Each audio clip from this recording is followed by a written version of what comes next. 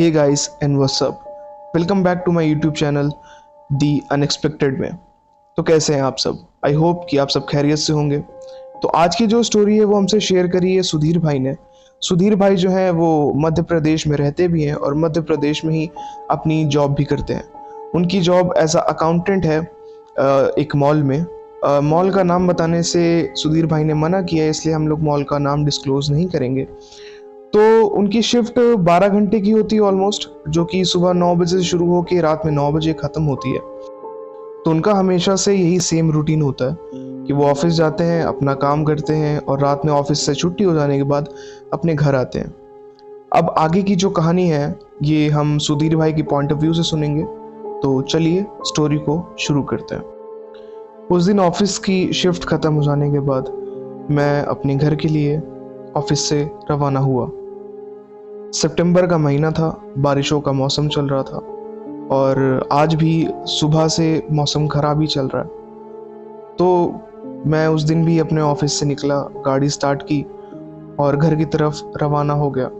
रास्ते में जाते हुए मुझे ये रियलाइज़ हुआ कि मौसम ख़राब हो रहा है और मैं सोच ही रहा था, उसी वक्त पे बारिशें होना शुरू हो गई। जब बारिश होना शुरू हो गई तो मुझे लगा कि कहीं मैं भीग ना जाऊँ और भीगने की वजह से तबीयत ना ख़राब हो जाए और मेरे ऑफिस का नुकसान ना हो जाए, इसलिए मुझे लगा कि कहीं रुक जाना बेहतर रहेगा। तो मैंने साइड में ही देखा, एक चाय की टपरी थी जो कि दुकान बंद हो चुकी थी, खाली उसका शेड डला हुआ था। तो मुझे लगा कि यहीं पे रुक करके वेट कर लिया जाए, क्या पता बारिश बंद हो जाए तो मैं आराम से अपने घर पहुंच जाऊंगा। तो वहाँ पे मैं रुक गया और हालांकि मैं उस रास्ते से हमेशा गुजरता हूँ, लेकिन मैंने कभी ध्यान नहीं दिया था कि जो टपरी के बगल में बहुत बड़ी सी बाउंड्री है, उसके जस्ट पीछे कब्रिस्तान है। खैर, मैं वहाँ पे रुका रहा। 15 मिनट हुए, 20 मिनट हुए, जब मुझे ये रियलाइज़ हुआ कि बारिश तो शायद नहीं रुकने वाली है, तो मुझे लगा कि अब निकलना चाहिए क्योंकि घर भी पहुँचना है और मैं बहुत ज़्यादा थक भी चुका था। तो मैं वहाँ से निकला। बारिश थोड़ी स्लो थी, मुझे लगा शायद घर पहुँच जाऊँगा आराम से। मैंने गाड़ी स्टार्ट की और अपने घर का सफ़र शुरू किया। घर से और ऑफिस का दूरी मेरी कम से कम 7 किलोमीटर की है और अभी भी मेरा रास्ता 6 किलोमीटर का बचा हुआ था। मैं गाड़ी नॉर्मली चला रहा था, तभी अचानक से कुछ ऐसा हुआ कि मुझे लगा कि गाड़ी आगे बढ़ ही नहीं रही है। मेरा मतलब, गाड़ी पे ऐसा फील हो रहा था जैसे पीछे बहुत सारा वजन है। हालांकि मेरी गाड़ी पे पीछे कोई नहीं था, मैं अकेले गाड़ी चला रहा था। अब मुझे लगा कि शायद हो सकता है कि इंजन में या बाइक में कोई प्रॉब्लम आ गई हो, जिसकी वजह से गाड़ी आगे नहीं बढ़ रही है। लेकिन ऐसा कुछ भी नहीं था। कल तक मेरी बाइक बहुत ही इजी चल रही थी, लेकिन आज ऐसा हुआ तो मुझे लगा कि हो सकता है कि गाड़ी में कुछ दिक्कत हो गई हो। तो मैंने उस बात पे ज़्यादा गौर नहीं किया और अपना सफ़र कंटिन्यू रखा। उसके बाद मुझे अचानक से ऐसा फील हुआ जैसे मेरे पीछे कोई बैठ कर के बातें कर रहा है, खुसफुसा रहा है, कुछ कहने की कोशिश कर रहा है, लेकिन वो चीज़ मुझे समझ में नहीं आ रही थी। अब ये बहुत देर तक होता रहा, थोड़े थोड़े टाइम स्पैन पे रुक रुक के होता रहा। लेकिन मुझे लगा कि यार घर पहुंच जाता हूँ पहले, उसके बाद इन सब चीज़ों के बारे में सोचूंगा। लेकिन वो चीज़ इतनी ज़्यादा बढ़ गई कि मुझे बाइक एक जगह पे खड़ी करनी पड़ गई। हालांकि मैं भीग रहा था, लेकिन इतनी ज़्यादा ये चीज़ हो रही थी कि मुझे बहुत बेचैनी सी होना शुरू हो गई थी। मैंने बाइक एक जगह पे रोकी और मैंने खड़े होकर आसपास देखा।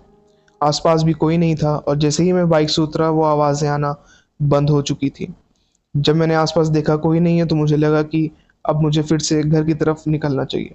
मैं मैं बाइक पे बैठा, मैंने बाइक स्टार्ट की और मैं घर की तरफ निकल गया। अभी भी सेम हालात थे। ऐसा ही लग रहा था कि जैसे पीछे बहुत ज़्यादा वेट है, जिसकी वजह से गाड़ी बहुत ही स्लो चल रही थी।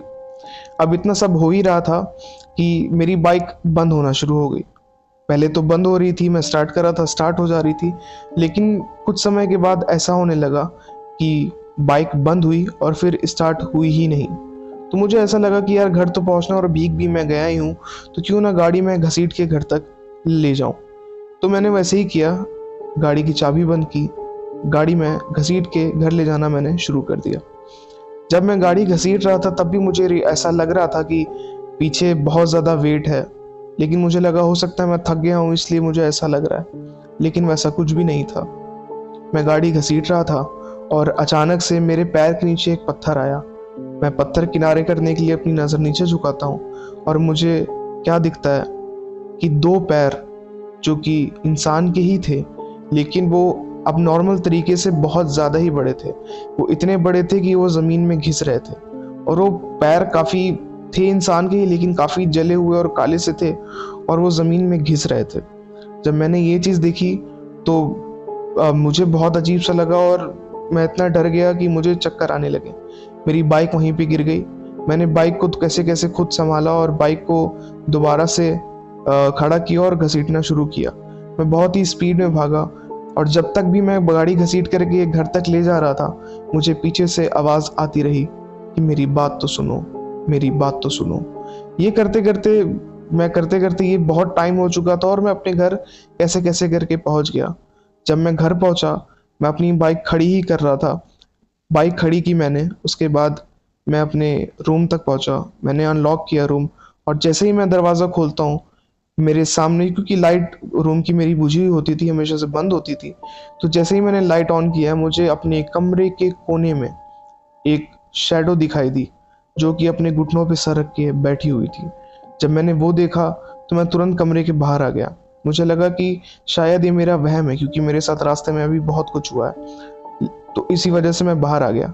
बाहर आने के बाद मुझे लगा कि क्यों ना मैं बाहर से जाके किसी की मदद लूं, लेकिन मुझे लगा कि इतनी रात में, बारिश के मौसम में, मेरा कौन ही बिलीव करेगा, और वैसे भी वहाँ पे कोई था भी नहीं।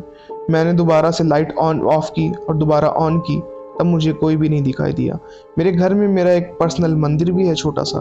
मैं घर में जाते ही मैंने सबसे पहले मंदिर के पास में गया और हाथ जोड़ के बैठ गया, क्योंकि मैं काफ़ी डर चुका था। और फिर अचानक से मैं क्या देखता हूँ कि मेरे पूरे घर की लाइट ही जा चुकी है। उसी मोमेंट पे मैं मंदिर के सामने बैठा हूँ और पूरे घर की लाइट चली गई। मुझे और ज़्यादा डर लगने लगा। मैं तुरंत अपने फ़ोन की फ्लैशलाइट ऑन करता हूँ, और फ्लैशलाइट ऑन करने के बाद अपने घर में टॉर्च ढूंढने निकलता हूँ। जब मैं टॉर्च ढूंढ रहा था तो मुझे बहुत अच्छे से याद है, टॉर्च ढूंढते हुए मेरी अलमारी में मैंने हाथ डाला टॉर्च निकालने के लिए, और जब मैंने अलमारी में हाथ डाला तो मेरे हाथ को किसी हाथ ने टच किया। जब वो टच मुझे महसूस हुआ तो मुझे लगा कि ये क्या हो रहा है मेरे साथ, मुझे कुछ भी समझ में नहीं आ रहा था। वो हाथ जब टच हुआ तो मैंने तुरंत हाथ बाहर निकाला, लेकिन उसके साथ ही मैंने टॉर्च भी बाहर निकाल ली थी। टॉर्च बाहर निकालने के बाद मैंने चेक भी किया, लेकिन वहाँ पे मुझे कुछ भी दिखाई नहीं दिया।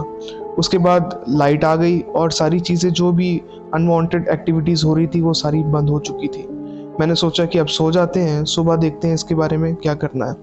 मैंने लाइट ऑफ की, अपने बेड पे गया और मैंने सोने की कोशिश की। जब मैं सोने की कोशिश कर रहा था, तभी भी जो मेरे साथ पहली चीज़ हो रही थी कि मेरे कान में कोई बात करने की कोशिश कर रहा था, कुछ खुसफुसा रहा था, कुछ कहने को ट्राई कर रहा था, लेकिन वो मुझे समझ में बिल्कुल भी नहीं आ रहा था। ऐसा लग रहा था वो किसी दूसरी ही लैंग्वेज में कोई बात कर रहा है। लेकिन फिर उसके बाद मैं उठा, क्योंकि मैं सो नहीं पा रहा था। मुझे इतनी ज़्यादा आवाज़ें आ रही थी, और इतना सारा सब कुछ मेरे साथ हो चुका था, मेरा माइंड बिल्कुल डिस्टर्ब हो चुका था। तो मुझे लगा कि जो बगल में मेरे घर के मंदिर है, वहाँ की पुजारी से जाके बात करनी चाहिए। मैं उस मंदिर में पहुँचा, वहाँ पे पुजारी जी लकीली थे। मैं उन पुजारी के पास पहुँचा, मैंने उनको सारी चीज़ें बताई कि मेरे साथ क्या क्या हुआ है। तो उन पुजारी ने मुझे देखते ही कहा, मेरी बात सुनने के बाद, कि तुम अकेले नहीं आए हो, तुम्हारे साथ, तुम्हारे पीछे भी एक औरत आई है, जो कि मंदिर की बाउंड्री के जस्ट बाहर खड़ी हुई है। मैंने उनसे कहा कि नहीं, मैं तो बिल्कुल अकेले अपने घर से निकला हूँ, मैं किसी को साथ लेके नहीं आया। तो पंडित जी ने बताया कि ये तुम्हारे घर से नहीं आई है, ये रास्ते से तुम्हारे घर आई है, और फिर घर से इस मंदिर तक आई है।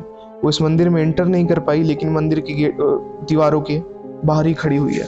मैंने पीछे देखा, लेकिन मुझे कोई भी दिखाई नहीं दिया। तो मैंने पंडित जी से पूछा कि इसका हल क्या है।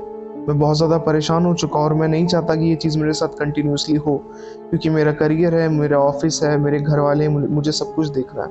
तो पंडित जी ने कहा कि इसके लिए हवन करना पड़ेगा, क्योंकि ये जो आत्माएं हैं, ये इतनी आसानी से किसी का भी पीछा नहीं छोड़ती। तो मैंने उससे कहा कि पंडित जी, मैं घर नहीं जाने वाला, मैं अपनी रात इसी मंदिर में गुजार दूंगा, और जब सुबह होगी तो हम सब हवन कर लेंगे। मैं अपनी फैमिली वालों को बुला लूँगा, और यज्ञ हवन जो भी होना होगा सुबह हो जाएगा।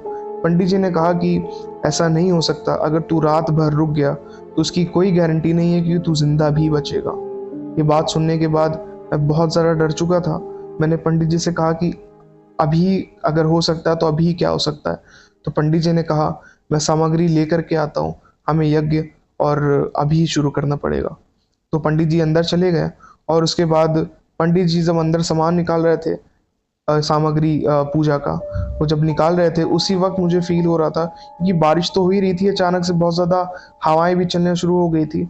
और सबसे ज़्यादा अनयूजुअल और सबसे ज़्यादा पावरफुल चीज़ जो वहाँ पे हुई, मंदिर के जस्ट बाहर एक पेड़ था जो कि बहुत मजबूत तो नहीं था, हल्का पेड़ था, लेकिन अचानक से एक हवा का झोंका आया और वो पेड़ ज़मीन पे जा लगा। वो ज़मीन लिटरली ज़मीन पे गिर चुका था वो पेड़। और मैं उन सब चीज़ों को देख रहा था। मैं पंडित का वेट ही कर रहा था, पंडित जी का, कि बस वो आ जाए किसी तरह से और मेरा साथ किसी के साथ हो जाए। पंडित जी आए, उन्होंने सामग्री सारी लगाई और पूजा करना शुरू की। जब वो पूजा कर रहे थे तो उस वक्त भी सेम माहौल बन रहा था कि हवाएं चल रही हैं, बारिश हो रही है और काफ़ी ज़्यादा मंदिर की घंटियां आवाज़ करने लगी थी। अब ये सारी चीज़ें मैंने सिर्फ फिल्मों में देखी थी, लेकिन ये मेरे साथ रियल में हो रहा था। तो मुझे ऐसा लग रहा था कि सिर्फ ये मेरे साथ ही क्यों हो रहा है। खैर, वो यज्ञ पूरा होता है और पंडित जी मुझसे बोलते हैं कि यज्ञ तो पूरा हो गया है बेटा, लेकिन तुम्हें 40 दिन रोजाना उसी रास्ते से गुजर के अपने घर से होते हुए मंदिर तक आना पड़ेगा और 40 दिन तक ये यज्ञ और ये क्रिया करनी पड़ेगी, तब तुम्हें इस चीज़ से छुटकारा मिलेगा। मैंने बोला ठीक है, मरता क्या ना करता। मैं इस बात के लिए रेडी हो गया, लेकिन पंडित जी ने मुझसे कहा कि ये तुम कर तो लोगे, लेकिन ध्यान रखना कि जब भी तुम अपने ऑफिस से घर आओगे और घर से मंदिर आओगे, रास्ते भर तुम्हें पीछे से आवाज़ें आएंगी। कुछ भी आवाज़ें आ सकती हैं, तुम्हारा नाम लिया जा सकता है, तुम्हें रोका जा सकता है। कुछ भी करना, पीछे पलट के मत देखना। मैंने उस बात को काफ़ी सोचा और अपने दिल में ठान लिया कि कुछ भी हो जाए, कितनी भी आवाज़ें कोई दे, मैं पीछे पलट के नहीं देखूंगा। लगातार 40 दिन सेम क्रिया, सेम यज्ञ करने के बाद आज मेरे साथ कोई भी प्रॉब्लम नहीं है, मैं बिल्कुल ठीक हूँ। हाँ, मैंने उस रास्ते से आना जाना बंद कर दिया है, लेकिन मैं पहले बिलीव नहीं करता था इन चीज़ों पे, लेकिन अब मेरा पूरा यकीन हो चुका है इन चीज़ों पे। तो ये थी दोस्तों आज की स्टोरी। तो कमेंट करके बताइएगा आप लोगों को ये स्टोरी कैसी लगी, और अगर आप चाहते हैं कि मैं फर्दर वीडियोस बनाऊं तो सब्सक्राइब करें मेरे चैनल को, लाइक करें इस वीडियो को और शेयर करें अपने दोस्तों को जो ये स्टोरी सुनना चाहते हैं।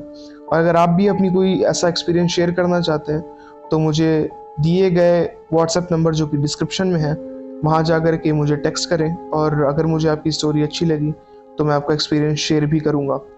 तो अभी के लिए बस इतना ही, सब्सक्राइब करना ना भूलें। मिलते हैं नेक्स्ट वीडियो में, तब तक के लिए गुड बाय।